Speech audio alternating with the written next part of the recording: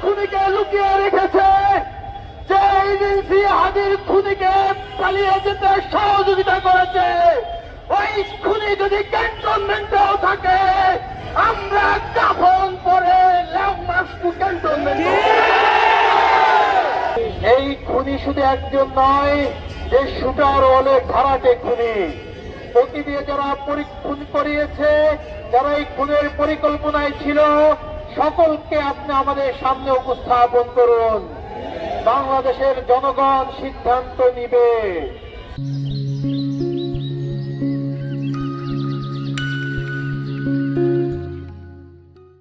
এই খুনের পরিকল্পনা যারা করেছে, তারা কি এই রাষ্ট্রের চেয়ে ক্ষমতাধর, নাকি এই রাষ্ট্রের নাগরিক, নাকি তারা বিদেশি রাষ্ট্রের হয়ে বাংলাদেশে হত্যাকাণ্ড চালাচ্ছে?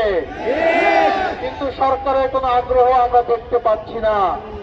প্রিয় বিপ্লবী ছাত্র জনতা, আপনাদের মাধ্যমে এই গভর্নমেন্টের চিফ অ্যাডভাইজার ডক্টর মোহাম্মদ ইউনূসকে বলতে চাই, আপনি যদি এই খুনিদের গ্রেপ্তার করতে না পারেন, আপনার উপরে যদি কোনো প্রেশার থাকে, আপনার গোয়েন্দা সংস্থা যদি আপনাকে সহযোগিতা না করে, অনতিবিলম্বে আপনি আন্তর্জাতিক তদন্ত সংস্থা এনে ওসমান হাদির প্রিয় বিপ্লবী ছাত্র জনতা, এই গভর্নমেন্ট যদি ব্যর্থ হয় হাদির হত্যার বিচার করতে, তাহলে আপনি আন্তর্জাতিক আদালতে হাদির হত্যার মামলা করেন। হাদির হত্যার ইস্যু শুধু বাংলাদেশের একার ইস্যু এখন আর নাই, কেননা হাদি গুলিবিদ্ধ হওয়ার 6 ঘন্টার মধ্যে খুনি কিভাবে বর্ডার ক্রস করে ইন্ডিয়া চলে গেছে, এই খবর আপনার কাছে যদি না থাকে, তাহলে বিদেশে যারা বাংলাদেশে অবস্থান করে তাদের কাছে কিভাবে গেল? আমরা বলতে চাই, এই হত্যাকাণ্ডের সাথে কোন একক ব্যক্তি জড়িত না। এই হত্যাকাণ্ডকে ধামাচাপা দেওয়ার জন্য যারা পিছনে কাজ করেছে, অর্থ বিনিয়োগ করেছে, পরিকল্পনা করেছে, সহযোগিতা করেছে, সকলকে আন্তর্জাতিক আদালতে বিচারের মুখোমুখি করে। প্রিয় বিপ্লবী ছাত্র জনতা, আমাদের ইনকিলাব মঞ্চের পক্ষ থেকে 25 ডিসেম্বর পর্যন্ত আলটিমেটাম দেওয়া হয়েছিল, কিন্তু গভর্নমেন্ট ওরকম দেখার মতো কোন পদক্ষেপ গ্রহণ করে নাই।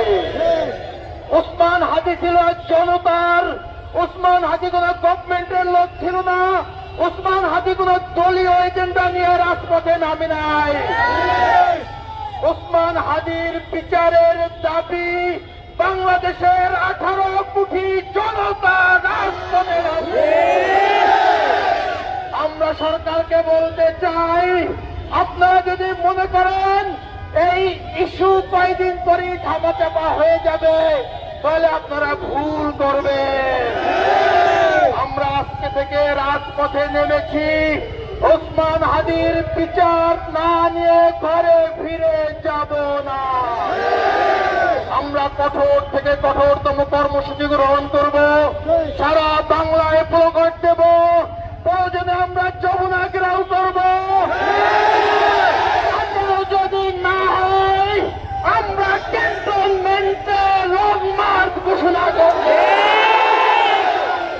যে এজেন্সি হাদির খুনিকে লুকিয়ে রেখেছে, যে এজেন্সি হাদির খুনিকে পালিয়ে যেতে সহযোগিতা করেছে, ওই খুনি যদি ক্যান্টনমেন্টেও থাকে, আমরা কাফন পরে লং মার্চ টু ক্যান্টনমেন্ট।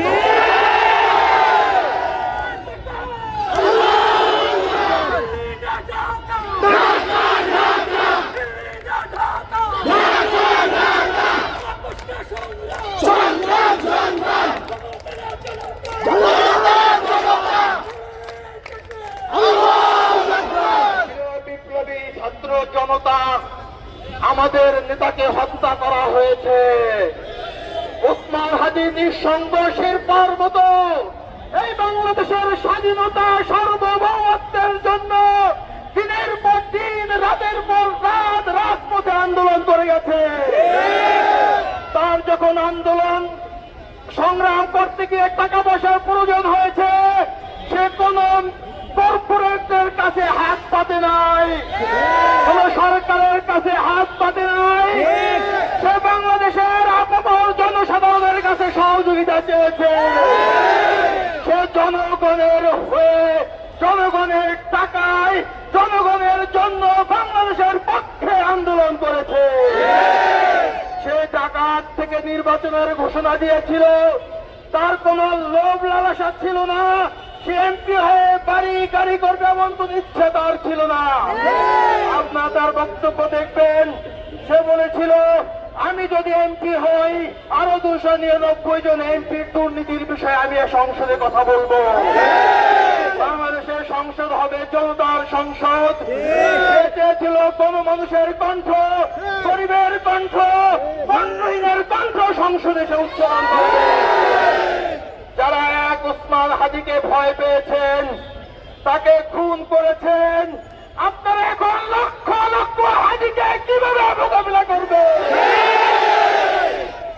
রাষ্ট্রের পরিস্থিতি খারাপ হওয়ার আগেই বলে দিতে চাই, কোন গোয়েন্দা সংস্থার ক্ষমতা নাই এই 16 কোটি জনতাকে চাপিয়ে রাখবে।